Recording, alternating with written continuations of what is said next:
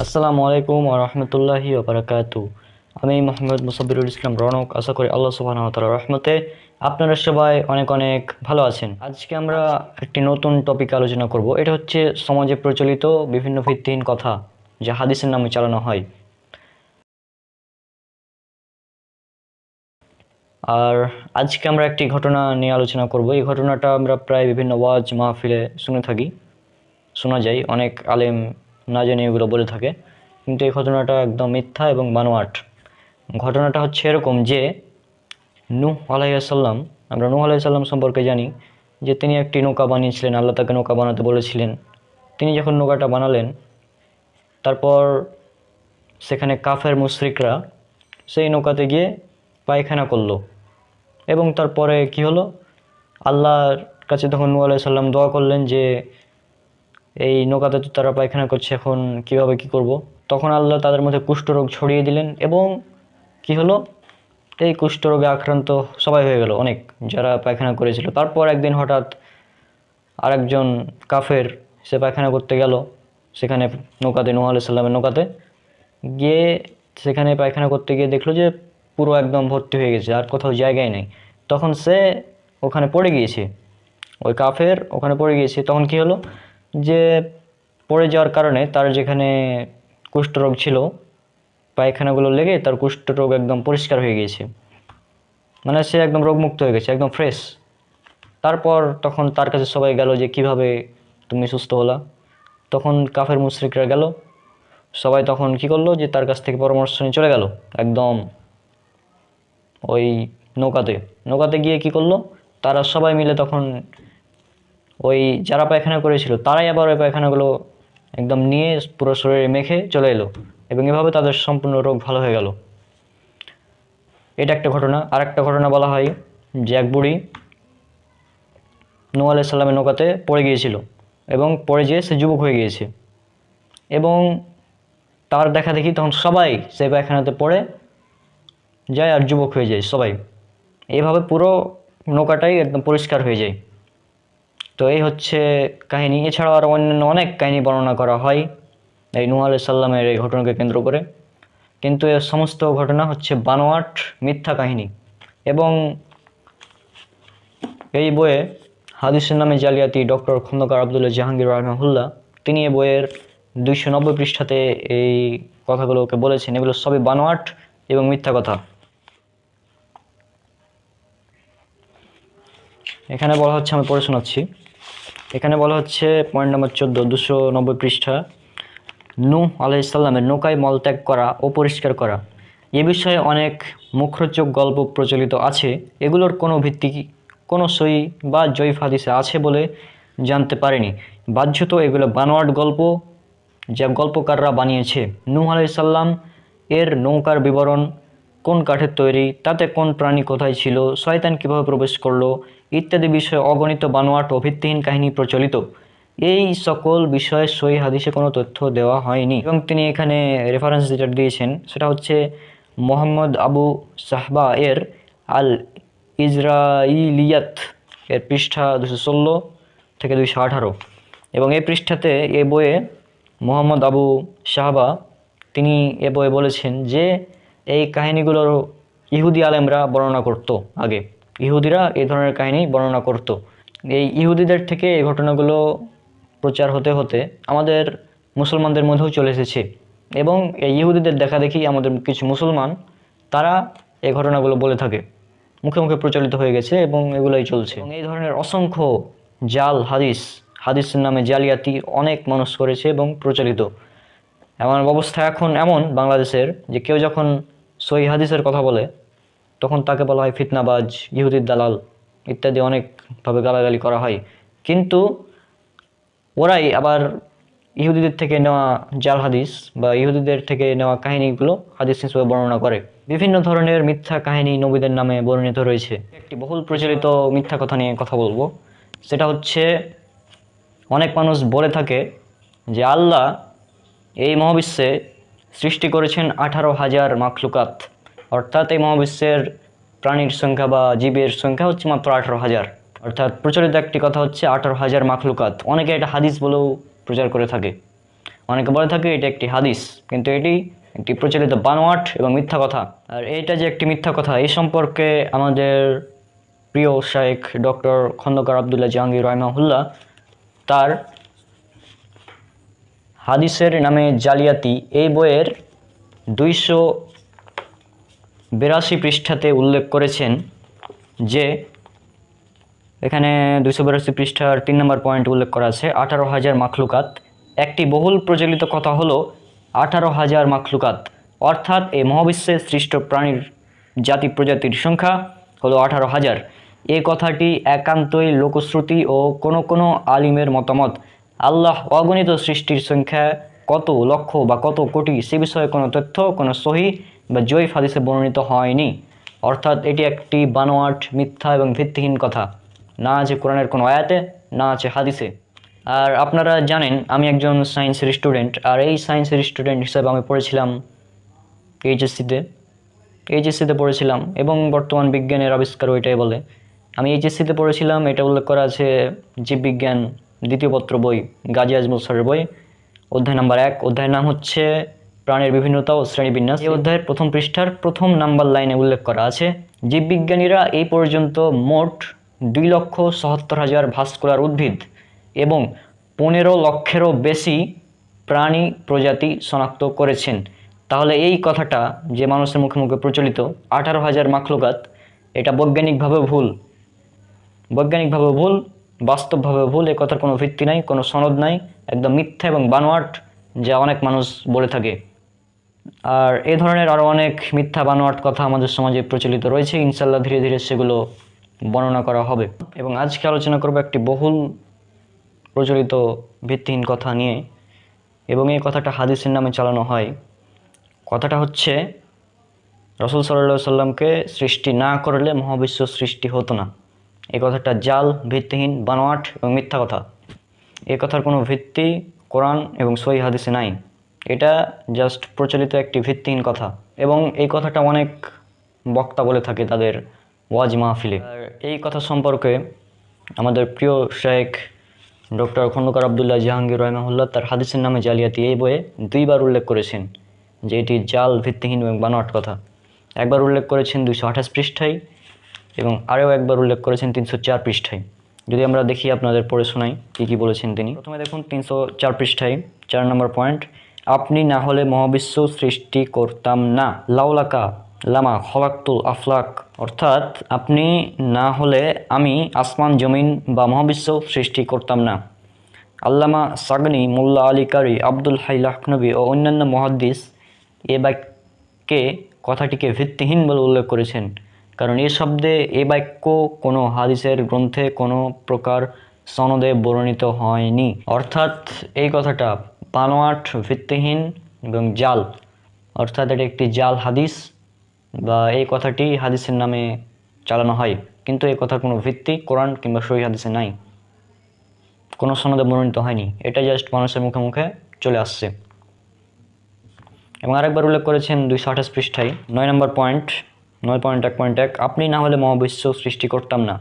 শাইখ রুহুল আমিন লিখেন, বর্তমানে বেদাতি দলের যেরূপ বাড়াবাড়ি হইয়াছে তাহাতে হজরতের ভবিষ্যৎবাণী স্পষ্টভাবে পরিলক্ষিত হইতেছে। হজরত নবী সাল্লাল্লাহু আলাইহি সাল্লাম শেষ যুগে একদল প্রবঞ্চক মিথ্যাবাদী লোকের আবির্ভাব হওয়ার কথা বলিয়াছেন, অবিকল তাই ঘটিয়াছে। এক্ষণে তরিকতে রসুল রাহে হক নামক একখানি পুস্তক দেখিয়া অবাক হইলাম। বাগমারি নিবাসী আলিমুদ্দিন শাহ নামক একজন অপরিচিত লোক কোরআন ও হাদিস ধ্বংস করার বাসনায় উক্ত বাতিল পুস্তক রচনা করিয়াছে। লেখকের বিদ্যার দৌড় এত যে কতগুলি জাল বা অমূলক হাদিস লিখিয়া পুস্তকের কলবের বৃদ্ধি করিয়াছে। লেখক এই পুস্তকের প্রথম পৃষ্ঠায় লিখিয়াছেন, প্রথম পৃষ্ঠায় লাউলাকা লামা খলাকতুল আফলাক, তুমি না হলে নভমণ্ডলী সৃষ্টি করতাম না। এই কথাটি হাদিস বলিয়া উল্লেখ করিয়াছেন, কিন্তু মোল্লা আলী কারি মৌজুয়াতে কবির গ্রন্থের 59 পৃষ্ঠায় লিখিয়াছেন, সাগানি বলিয়াছেন উক্ত হাদিসটি জাল। ফতোয়াই আজিজি 1/222 পৃষ্ঠা। উক্ত হাদিস লাউলাকা লামা খলাকতুল আফলাক কোনো কিতাবে দেখি নাই। ফতোয়ায়ে এমদাদিয়া 4/19 পৃষ্ঠা। এই উল্লেখিত হাদিসটি কোনো কেতাবে দেখি নাই ইহা স্পষ্ট জাল বলিয়া অনুমিত হয়। তাহলে কি বুঝলেন? এই কথাটি জাল, ভিত্তিহীন, বানোয়াট, যা মানুষ বানিয়েছে। এবং এখানে একটা কথা বলে রাখা ভালো যে অনেকে বলে থাকে যে সমস্যা কি, আমরা তো এর দ্বারা রাসূলের সম্মান বৃদ্ধি করছি, অনেকে বলে থাকে। আজীব ব্যাপার ভাই, রাসূলের সম্মান বৃদ্ধি করার জন্য আপনি জাল হাদিস, মিথ্যা কথা কেন বলবেন? রাসূলের সম্মানকে আল্লাহ দেননি? আল্লাহ বলেছেন পবিত্র কোরআন, এটা উল্লেখ করা আছে সূরা আম্বিয়া সূরা নম্বর 21 আয়াত নম্বর 107। এখানে বলা হচ্ছে, আমি তো তোমাকে বিশ্বজগতের জন্য রহমত হিসেবে প্রেরণ করিয়াছি। আল্লাহ বলেছেন পবিত্র কোরআনে, এটা উল্লেখ করা আছে সূরা কলম সূরা নম্বর 68 আয়াত নম্বর 4, নিশ্চয় তুমি মহান চরিত্রের অধিকারী, অর্থাৎ রাসূল সাল্লাল্লাহু আলাইহি সাল্লামের চরিত্র যে সর্বোত্তম, এই সার্টিফিকেট আল্লাহ নিজেই পবিত্র কোরআনে দিয়েছেন। এছাড়াও আল্লাহ বলেছেন পবিত্র কোরআনে সূরা আহজাব সূরা নম্বর 33 আয়াত নম্বর 21, আর তোমাদের রাসূলের মধ্যে রয়েছে তোমাদের জন্য উত্তম আদর্শ। রাসূল সাল্লাল্লাহু আলাইহি সাল্লামকে উত্তম আদর্শ বলা হয়েছে। তাহলে এত সম্মান আল্লাহ সুবহানাহু ওয়া তাআলা নিজে দিয়েছেন রাসূল সাল্লাল্লাহু আলাইহি সাল্লামকে, আর আপনি নিজস্ব বানোয়াট একটি কথা যা আপনি হাদিসের নামে চালিয়ে দিচ্ছেন, হাদিসের নামে মিথ্যা কথা বলছেন, এগুলো প্রচার করে বেড়াচ্ছেন ওয়াজ মাহফিলে। রাসূল সাল্লাল্লাহু আলাইহি সাল্লাম বলেছেন, এটা উল্লেখ করা আছে সহিহ বুখারীতে হাদিস নম্বর 108, 109, 110, যে ব্যক্তি আমার নামে কোনো মিথ্যা কথা বলবে তার থাকার জায়গা জাহান্নাম।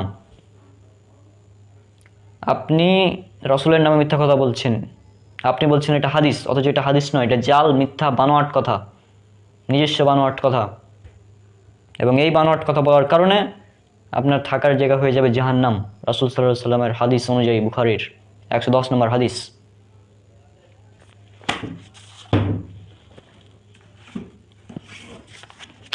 এই যে আমার কাছে সহিহুল বুখারী প্রথম খণ্ড, এর 110 নম্বর হাদিস যদি আপনাদের দেখাই, 110 না, 106, 7, 108, 109 এবং 110, 106, 107, 108, 109 এবং 110 নম্বর হাদিস সহিহুল বুখারী প্রথম খণ্ড।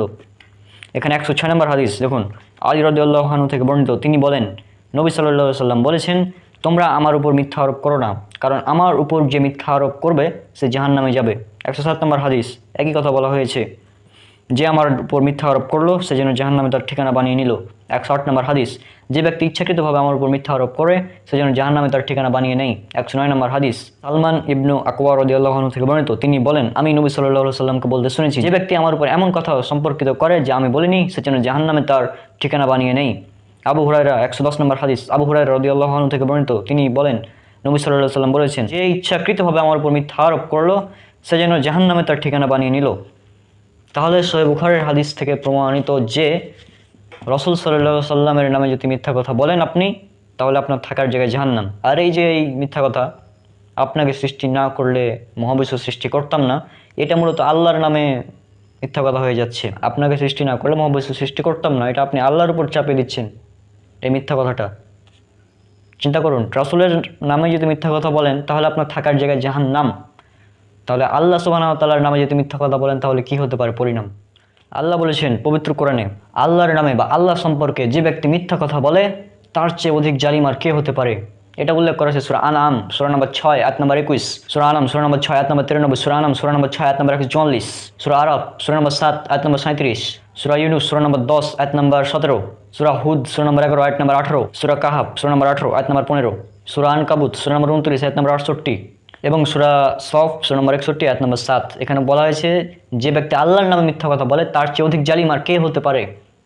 তাহলে আপনি এই কথা বলে যে আপনাকে সৃষ্টি না করলে মহাবিশ্ব সৃষ্টি করতাম না, এটা একটি বানোয়াট মিথ্যা এবং আল্লাহর নামে মিথ্যা কথা, রাসূলের নামে মিথ্যা কথা। যখন আপনি বলছেন এটা হাদিস, তখন এটা রাসূলের নামে মিথ্যা কথা।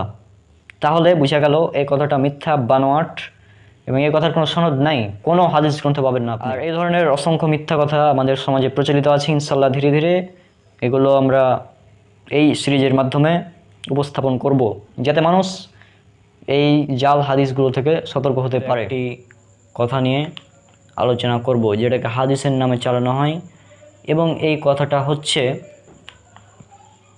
এক ওয়াক্ত নামাজ কাজা করলে তাকে 80 হুকবা অর্থাৎ 2,88,00,000 বছর জাহান্নামে থাকতে হবে। এই কথাটা একদম ভিত্তিহীন, বানোয়াট, জাল এবং মিথ্যা কথা, যা সমাজে অনেক মানুষই বলে থাকে মানুষকে ভয় দেখানোর জন্য, যেন সে নামাজ আদায় করে। এই জন্য এটা ভিত্তিহীন এবং মিথ্যা কথা, এবং এটা আমাদের প্রিয় শেখ ডক্টর খন্দকার আবদুল্লাহ জাহাঙ্গীর রহমাহুল্লাহ তার হাদিসের নামে জালিয়াতি এই বইয়ের 489 পৃষ্ঠাতে খুব সুন্দরভাবে উল্লেখ করেছেন। আমি সম্পূর্ণ পড়ে শোনাচ্ছি। 489 পৃষ্ঠার 3 নম্বর পয়েন্ট এখানে উল্লেখ করা হচ্ছে, 80 হুকবা বা 1 হুকবা শাস্তি। মাজালিসুস আবরার নামক কেতাবে বর্ণিত আছে, হজরত রসুল সাল্লাল্লাহু আলাইহি ওয়াসাল্লাম ফরমাইছেন, যেই লোক সময় মতো নামাজ পড়িল না, নামাজের অক্ত শেষ হইবার পরে কাজা পড়িল, সেই লোক ও জাহান্নামে 80 হুকবা শাস্তি ভোগ করিবে। 80 বছরে 1 হুকবা আর 360 দিনে 1 বছর, সেই হিসেবে 28,800 দিন।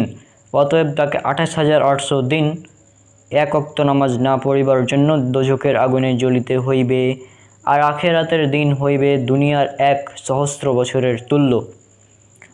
এই হিসাবে 1 ওয়াক্ত নামাজ তরককারীকে 2,88,00,000 বৎসর জাহান্নামের আগুনে শাস্তি ভোগ করিতে হইবে। সাইকুল হাদিস আল্লামা জাকারিয়া কান্ধালভি রহমাহুল্লাহ এই হাদিসটিকে তার ফাজাইলে নামাজ গ্রন্থে নিম্নরূপে উদ্ধৃত করেছেন, যে ব্যক্তি ওয়াক্ত শেষ হওয়া পর্যন্ত সলাৎ আদায় করল না এবং এরপর সে কাজা করল, তাকে জাহান্নামে 1 হুকবা শাস্তি প্রদান করা হইবে। 1 হুকবা 80 বছর এবং 1 বছর 360 দিন, এবং প্রত্যেক দিনের পরিমাণ 1000 বছরের সমান। হাদিসটি উদ্ধৃত করে তিনি বলেন, মাজালিসুস আবরার নামক কিতাবে এভাবে লেখা হয়েছে, আমার বক্তব্য হলো, আমার নিকট যত হাদিসের পুস্তক রয়েছে সেগুলোর কোনো পুস্তকেই আমি এই হাদিসটি দেখতে পাইনি। আর তার মতো একজন মুহাদ্দিস যে হাদিস কোনো হাদিসের গ্রন্থে খুঁজে পাননি, সে হাদিসের অবস্থা সহজে অনুমেয়। বস্তুত হাদিসটি ভিত্তিহীন ও সনদহীন একটি বানোয়াট কথা মাত্র। কোথাও কোনো প্রকার সহি, জয়ীফ বা বানোয়াট সনদেও এই কথাটি সংকলিত হয়নি। জনশ্রুতির উপর নির্ভর করে শেষ যুগের কোনো আলিম তা নিজ গ্রন্থে সনদবিহীনভাবে সংকলন করেছেন। এখানে উল্লেখ্য যে এই কথাটি যে কোনো হাদিসের গ্রন্থে নেই, এবং মাজালিসুস আবরারের লেখক সনদবিহীনভাবে তা উল্লেখ করেছেন, তা জানা সত্ত্বেও অনেক ভালো আলিম ওয়াজে, আলোচনায় এবং লিখনিতে এ হাদিস অনুরূপ অনেক জাল ও দুর্বল হাদিস উল্লেখ করেন। মানুষের হেদায়েতের আগ্রহেই তারা তা করেন। মনে হয় তারা চিন্তা করেন, কুরআন কারিমের হাজার হাজার আয়াত এবং প্রসিদ্ধ হাদিস গ্রন্থসমূহে সংকলিত হাজার হাজার সহিহ হাদিস মানুষের হেদায়েত করতে সক্ষম নয়, কাজে এগুলোর পাশাপাশি কিছু দুর্বল হাদিস আমাদের না বলে উপায় নেই। অথচ রাসূল সাল্লাল্লাহু আলাইহি ওয়াসাল্লাম বলেছেন, জাল বলে সন্দেহকৃত হাদিস উল্লেখ করাও হাদিস জালিয়াতির মতোই কঠিনতম পাপ। আমরা কি অন্যের হেদায়েতের আগ্রহে নিজেদের জন্য জাহান্নাম ক্রয় করব? তাহলে বুঝতে পারলেন এইটি যে 1 ওয়াক্ত নামাজ না পড়লে 80 হুকবা 2,88,00,000 বছর জাহান্নামে কাটাতে হবে, এই কথাটা একদম মিথ্যা, বানোয়াট, ভিত্তিহীন। কোনো সনদেই বর্ণিত হয়নি, কোনো সনদে এই কথাটা বর্ণিত হয়নি। এখন কিছু মানুষ, কিছু আলেম এগুলো বলে থাকে তাদের ওয়াজ মাহফিলে মানুষের হেদায়েতের জন্য। তারা মনে করে যে সহিহ হাদিস দিয়ে মানুষকে হেদায়েত করা সম্ভব না, সেজন্য আমরা এই জাল হাদিসগুলো বলবো। কিন্তু জাল হাদিস বলার কারণে সহিহ বুখারী হাদিস নাম্বার 106, 107, 108, 109 এবং 110 রাসূলের নামে মিথ্যা কথা বলার কারণে আপনাকেই জাহান্নামে থাকতে হবে। রাসূল সাল্লাল্লাহু আলাইহি ওয়াসাল্লাম বলেছেন, যে ব্যক্তি আমার নামে মিথ্যা কথা বলল সে তার ঠিকানা জাহান্নামে বানিয়ে নিল। সহিহ বুখারী খণ্ড 1 কিতাবুল ইলম হাদিস নাম্বার 106, 107, 108, 109 এবং 110। অর্থাৎ আপনি যদি রাসূলের নামে মিথ্যা কথা বলেন তাহলে আপনার থাকার জায়গা জাহান্নাম। আর আপনারা মানুষকে হেদায়েত করতে যাচ্ছেন এই বলে যে নামাজ না পড়লে 80 হুকবা জাহান্নামে কাটাতে হবে, অর্থাৎ 80 বছর 2,88,00,000 বছর জাহান্নামে থাকতে হবে। কিন্তু এই কথাটা মিথ্যা, সনদবিহীন। এর জায়গায় যদি আপনারা সহি সনদে কথাগুলো বলতেন, যেমন সহিহ মুসলিম উল্লেখ করা আছে কিতাবুল ঈমান খণ্ড নাম্বার 1 হাদিস নাম্বার 148, 149 রাসূল সাল্লাল্লাহু আলাইহি ওয়াসাল্লাম বলেছেন, বান্দা, শিরক ও কুফরের মধ্যে পার্থক্য হলো সালাত। এরপর উল্লেখ করা আছে জামিআত তিরমিজিতে হাদিস নাম্বার 2618,